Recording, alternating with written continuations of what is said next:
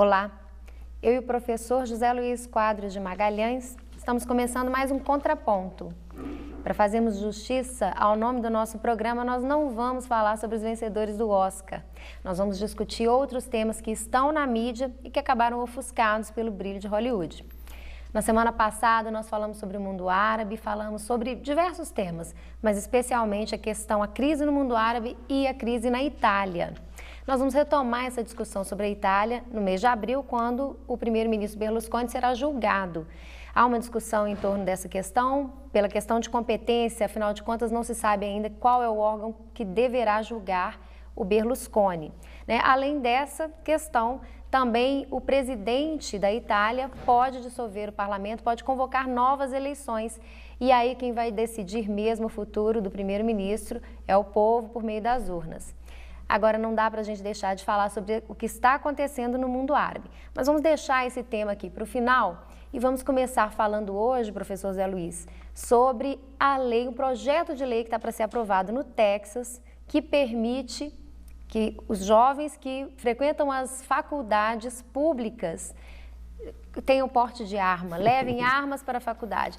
Professor, como é que você avalia esse projeto de lei? É um projeto de lei maravilhoso, né? Eu acho que todos os problemas serão resolvidos agora de violência e eu acho que devia trazer isso para cá. Nós somos professores, fico imaginando entrar em sala de aula e às vezes a gente tem umas turmas muito cheias, eu costumo ter turma até de 70 alunos, então os alunos estão conversando e tudo, aí eu saco da arma, dou um tiro para cima, bom, os alunos ficam quietos, se eles estiverem assim, eles podem sacar da arma também, dar um tiro para cima, fala, professor, quando a gente dá uma nota ruim, né, a negociação vai ser um pouco mais tensa, ou seja, é um projeto de lei absolutamente ridículo.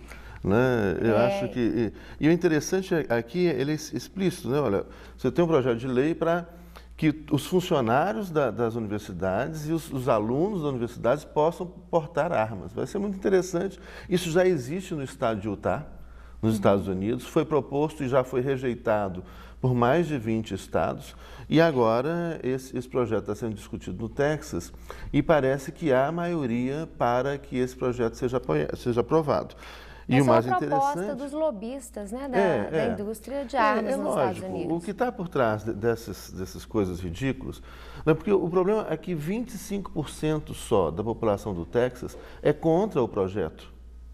Né? Ou seja, a grande maioria da população texana é a favor do Velho Oeste, né? As pessoas saírem com arma na cintura, irem assistir aula com arma na cintura. Isso é uma coisa... Não, e o pior é que o argumento para sustentar, para defender esse projeto de lei é a autodefesa. E eles argumentam até que isso... Parece que há um outro estado, o estado do Colorado também. O estado do Colorado permitiu, mesmo sem ter uma lei específica para isso, mas como já existia a possibilidade do porte de armas, etc., o estado do Colorado permitiu que os estudantes levassem armas para o campus. Eles estão alegando que diminuiu a violência porque os estudantes estão levando armas para as salas de aula, levando armas para o campo. Eu li um depoimento de uma pessoa que estava presente em uma dessas tragédias, que os Estados Unidos tem vários episódios trágicos, né, com estudantes que chegam atirando em todo mundo, e não só estudante, né, na campanha não, num pronunciamento da democrata, que é chamada Gabi, né, ela tem um apelido de Gabi, ela foi atingida por um rapaz de 22 anos que atirou em várias pessoas e alguém que estava presente falou, olha, seria impossível alguém reagir, se tivesse armado, tomar alguma atitude contra aquela pessoa, a tragédia poderia ter sido ainda maior. É lógico, gente. Você imagina, todo mundo armado, aí aparece um estudante louco que resolve atirar em todo mundo reage, vai ser bala para tudo que é lado. A tragédia só pode ser maior, mesmo porque essas pessoas não têm o treinamento, né, o sangue frio, o treinamento adequado, né, para reagir a esse tipo de situação, coisa que só a polícia tem. Né, ou, a não ser que eles vão também colocar na Universidade do Texas um curso, né, para que todos os alunos, todos os funcionários das universidades também, né, estejam preparados, como os policiais estão, para reagir a situações de tensão. Esse é um outro argumento dito favorável a esse projeto de lei. porque segundo ele, só maiores de idade, maiores de 21 anos, poderiam ter o porte de arma e também precisariam frequentar curso de tiro. Então não pode ser para amador, é só para profissional. Que ótimo. Vai ser prazer. Foi a Gabriela Gifford, se eu não me engano, que fez esse pronunciamento, né, que foi atingida por um atirador. E interessante foi o discurso do presidente Obama em relação a essa questão, porque uma polêmica gerada em torno desse fato, desse episódio, foi que a democrata aparecia no site da Sarah Palin com um alvo na imagem dela, como uma candidata que precisava ser retirada do mundo político ou qualquer coisa assim. E isso acabou gerando uma discussão se teria havido um incentivo por parte da Sarah Palin em relação ao que ocorreu com a democrata. Né? E no discurso, o presidente Obama, no discurso sobre esse episódio, o presidente Obama fala que não é hora de encontrar culpados, mas as pessoas se unirem e dialogarem sobre como resolver esse problema. No site da Sarah Palin apareceu fotografia de vários políticos mais atuantes, principalmente em relação à questão da imigração, da aceitação do direito à diferença, da importância da presença, né, dos imigrantes, da construção mesmo dos Estados Unidos. E nesse site, então, ela colocou a cara de determinados políticos, deputados e outros cargos, que eram muito atuantes na defesa desses direitos dos imigrantes e colocou uma mira na cara de cada um. Né? E parece que esse rapaz aqui de 22 anos, né, com uma arma automática, ele levou isso aí a sério, atirou, acertou a cabeça da deputada e feriu 13 pessoas. E matou 6 pessoas. 6 pessoas morreram, 13 ficaram feridas, inclusive gravemente ferida a política, né, a Gabi do Partido Democrata. E o Obama fez uma fala muito interessante, muito bonita, né, onde eu vou ler só uma frasinha muito curta da fala dele. No tempo em que estamos tão ansiosos por colocar a culpa de todos os males do mundo naqueles que pensam diferente de nós, é importante trabalharmos no sentido de dialogarmos para a construção de um mundo mais humano e menos violento, muito mais para curar do que para ferir. Eu acho isso muito interessante, que a gente tem visto isso muito pelo mundo afora, inclusive aqui no Brasil, né? Como é que as pessoas, essa ansiedade em colocar a culpa, principalmente daquele que pensa diferente. Né? Pensar diferente virou uma agressão para algumas pessoas, né? E essas pessoas reagem com muita fúria, né, a isso. Enfim, é um projeto de lei absolutamente, totalmente equivocado, né? Um atraso, né? Uma volta ao passado, 200 anos atrás. Né? Eu recomendo ao nosso telespectador que assista um filme, um documentário do Michael Moore, que chama Tiros em Columbine, faz referência a um outro episódio parecido com esse, né? Onde na cidade de Columbine também um estudante entra e sai atirando na escola, mata várias pessoas. Bom, mas já que o assunto é tolerância, né, temos outros 2 temas que foram divulgados na imprensa nos últimos dias relativos à questão de tolerância. E o primeiro deles é sobre uma decisão importantíssima relativa a um caso aqui de Minas Gerais, onde a união homoafetiva foi não só reconhecida, como o companheiro de um militar do Exército passou a ter o direito de receber a pensão do seu companheiro falecido. Eu acho muito interessante, né, essa notícia, porque a gente acaba de dar uma notícia que representa um atraso, né, uma volta a um passado de violência de 200 anos atrás, e de repente a gente vê também que eu acho que isso que está acontecendo mais, inclusive no mundo hoje em dia, é que a gente está caminhando, né, para reconhecer o direito à diversidade, à pluralidade, como que isso é importante, né, e trazendo aí uma interpretação avançada. É muito comum a gente ouvir com relação, por exemplo, à Constituição da Família, que a Constituição Brasileira de 88, ela diz expressamente que a família será feita por homem e mulher. E a partir dessa expressão constitucional, numa interpretação literal, gramatical, né, alega-se então que não poderia se reconhecer o casamento gay, o casamento homossexual. E obviamente que isso é uma interpretação restrita, né? A gente sabe hoje como é que avançou a hermenêutica constitucional, como é que avançou a compreensão e interpretação da norma jurídica e de como que ela deve ser contextualizada, né? A gente não deve ficar preso, né, a essa leitura, essa interpretação literal, né, mas sim interpretar segundo o sentido, né, da norma, o reconhecimento, né, de uma união que está aí, que a gente não pode negar, que é um direito que as pessoas têm de fazer a opção sexual que elas quiserem, assim como outros direitos de optar pela religião, pelo pensamento político, filosófico, que bem entender, né, de se vestir da forma que quer. Ou seja, eu acho que é muito importante isso, esse passo importante em relação ao reconhecimento do direito à diferença, que o Brasil vai dando passos largos, direito que já é reconhecido muito mais avançado, por exemplo, em Buenos Aires, na Argentina, a província de Buenos Aires reconhece a união homoafetiva, né? Na Espanha também é reconhecida, enfim, em outros países que já deram passos ainda mais largos que o passo dado no Brasil pelo reconhecimento do direito à diversidade, à diferença, à pluralidade. A notícia foi veiculada no jornal O Globo na semana passada e o que eu vejo duas questões interessantes. Uma questão posta, né, junto com a notícia é que não é um passo, mas não é ainda uma visão definitiva sobre a questão. Sim.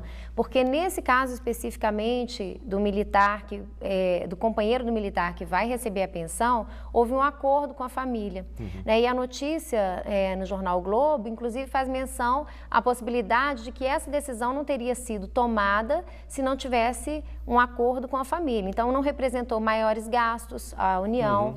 Né? Então, não se sabe exatamente se essa decisão vai realmente se repetir em casos em que não seja tão pacífica assim a discussão até mesmo em relação à família. A declaração do chefe da Procuradoria da União em Juiz de Fora, né, que é mencionado aqui na reportagem do Globo.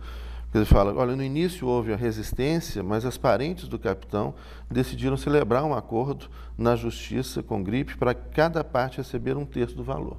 E aí a Advocacia Geral da União, como não houve aumento de gastos, né, para o Estado, não se opôs a esse acordo. Então, na verdade, isso não gera um precedente no sentido mesmo de incentivar o acordo, de reconhecer esse direito, mas o próprio chefe da Procuradoria disse que a tendência era que a Advocacia Geral da União, a Advocacia da União, ela recorresse caso isso representasse um aumento de gastos para os cofres públicos. Mas tem uma decisão importante que começou um julgamento na quarta-feira da semana passada no STJ, né, onde está sendo discutido um caso sobre partilha de bens em razão de separação de casal homoafetivo também, né, casal homossexual. Uhum. E essa decisão do STJ, eu acho que pode repercutir muito mais do que o caso do militar. Sim, né? Porque nós temos decisões divergentes no país inteiro, em tribunais de justiça de vários estados, e agora chegou o momento do STJ uniformizar a jurisprudência. Uhum. Então, essa decisão do STJ o julgamento começou na quarta-feira da semana passada, que vai realmente impactar essa questão. Ela está sendo julgada pela segunda sessão do STJ, mas são 10 ministros, tivemos 4 votos a favor, por enquanto, né, o julgamento está suspenso. Nós tivemos 4 votos a favor do reconhecimento da união estável e do direito à partilha e 2 votos contra. O processo está suspenso por pedido de vista. E aí gera uma terceira discussão interessante que acompanha também essa reportagem, né, que é a questão das Forças Armadas e a presença de homossexuais nas Forças Armadas e nas polícias, né, na Polícia Civil, na Polícia Militar. Há um hito interessante, eu recordo aqui quando li essa reportagem, o argumento, inclusive, de um oficial do Exército Brasileiro que foi nomeado ministro do Superior Tribunal Militar, e ele fez uma declaração falando que as Forças Armadas não deveriam aceitar gays, né, porque eles não têm condição de comandar a tropa, e que os militares que fossem homossexuais deveriam esconder isso. Passado uma semana, ele teve que se retratar, ele tinha acabado de ser nomeado ministro do Superior Tribunal Militar. E aí eu lembro de um livro, né, que nós lemos, que é muito interessante, um livro de uma teóloga e filósofa alemã, a Uta Hanke-Heinemann. O livro se chama Eunucos pelo Reino de Deus. É um livro que eu recomendo a leitura, né? E nesse livro ela mostra Ela comenta, primeiro, do ponto de vista teológico, que Jesus Cristo não era machista, né, que o machismo ele chegou ao cristianismo por meio do pensamento grego e do idioma grego, da filosofia grega, né, o Novo Testamento foi todo escrito em grego, e aí ela vai estudar a sociedade grega. E mostra o que nós já sabemos, né, e que vimos naquele filme 300 de Esparta, que é um filme esteticamente muito bonito, mas o conteúdo foi meio fraquinho.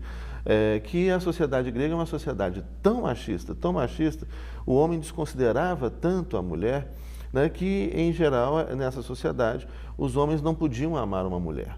Né? Então, os homens casavam com as mulheres para terem filhos, mas amavam um outro homem, eram todos bissexuais. E em Esparta, né, existia um batalhão só de casais homossexuais, que era inclusive o batalhão mais vitorioso, né, porque aquele homem queria mostrar bravura para o seu amor, que estava lutando ao lado dele, né, e também proteger a vida do seu amor. A gente pegar aí nas origens ocidentais, inclusive de uma referência militar vitoriosa, né, não tem nenhum problema de homossexualismo nas Forças Armadas.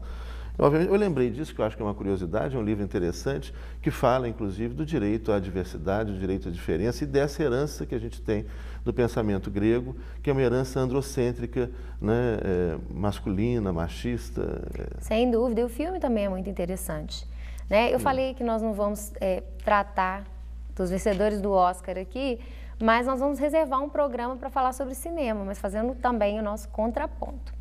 Bom, eu anunciei aqui 2 objetos de discussão em relação à tolerância. Né? Nós falamos aqui sobre essas decisões recentes em relação a casais homoafetivos e também nós temos uma polêmica gerada aí por um bloco de carnaval no Rio de Janeiro, né, que traz de volta a discussão sobre racismo. Professor Zé Luiz, como que vai ficar essa questão aí do bloco? Nós vamos falar o nome do bloco aqui no programa? Pois é, é uma hipocrisia, né? Porque não pode falar, até o próprio bloco se autocensurou ao colocar o nome do bloco na imprensa, né? Mas não se autocensura na musiquinha, que é uma musiquinha preconceituosa. Né? O bloco chama Que Merda é Essa? Né? E eles falam lá, que M é essa? Então, falar a palavra merda é uma grande ofensa. Você sabe da ditadura que não podia falar isso, né? Agora, fazer uma musiquinha preconceituosa com relação aos homossexuais, né? Com relação a racismo, isso aí. Vamos retomar pode, aqui essa né? discussão do bloco? Né? Vamos. Porque o que aconteceu, na verdade, foi o seguinte: houve uma decisão do Conselho Nacional de Educação ano passado que não autorizou a distribuição de livros de Monteiro Lobato sob o argumento de que eram livros racistas, né? Na verdade, a história Caçadas de Pedrinho. Caçadas de Pedrinho. Isso, e nesse livro tem muitas falas, muitos trechos que são extremamente preconceituosos, racistas, com relação à questão de cor. E o Conselho Nacional de Justiça vetou a distribuição do livro. Conselho Nacional de Educação. Nacional de Educação. E essa atitude do Conselho gerou uma polêmica muito grande, né, porque foi taxada como censura. E aí o bloco, que chama Que Merda é Essa?, vem trazendo a crítica à censura. Então, com um desenho que foi elaborado pelo Ziraldo, que é um tá desenho... Até aqui, se for possível mostrar, dá jeito de mostrar aqui,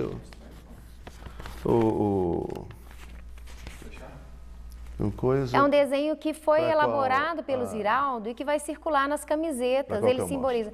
É uma imagem do próprio Monteiro Lobato abraçado com uma negra, né? Para o Ziraldo, quando entrevistado sobre o assunto, o Ziraldo disse que era para acabar com a polêmica, mostrando que o Monteiro Lobato não era contra as mulatas. O que é falso. Né? O interessante aqui, isso aí tem 2 discussões. Primeiro, uma discussão interessante sobre a questão da violência subjetiva e da violência objetiva, que eu acho que a gente precisa falar um pouquinho a respeito disso. Né? E outra, que é a figura do Monteiro Lobato, né, que tem uma obra infantil conhecidíssima. Né? Eu estudei, li essas obras, né, na escola, a maioria dos brasileiros, né, leu. E o que o MEC coloca, obviamente, não é proibindo, não é censurando, não é para, vão queimar livros, caça, tem nada disso. Mas é o quê? Não utilizar nas escolas, pelo menos sem uma discussão crítica, livros que contêm, né, uma violência embutida, né, de discriminação racial. Monteiro Lobato, ele, a partir de 1910, ele se filiou a uma associação em São Paulo de eugenia. O que é eugenia? Melhoramento racial.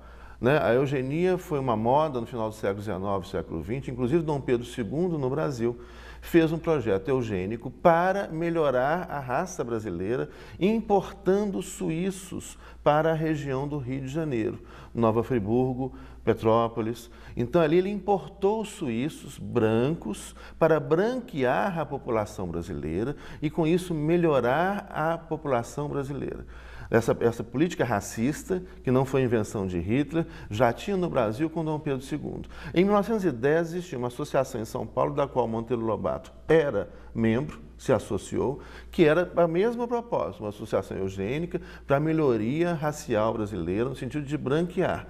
E o Monteiro Lobato, em várias cartas que ele trocou com membros dessa associação, ele colocou que ele achava o brasileiro, que a grande maldade que os africanos que foram trazidos para o Brasil fizeram com o Brasil foi se misturar com os portugueses e criar essa racinha horrorosa de mulatos.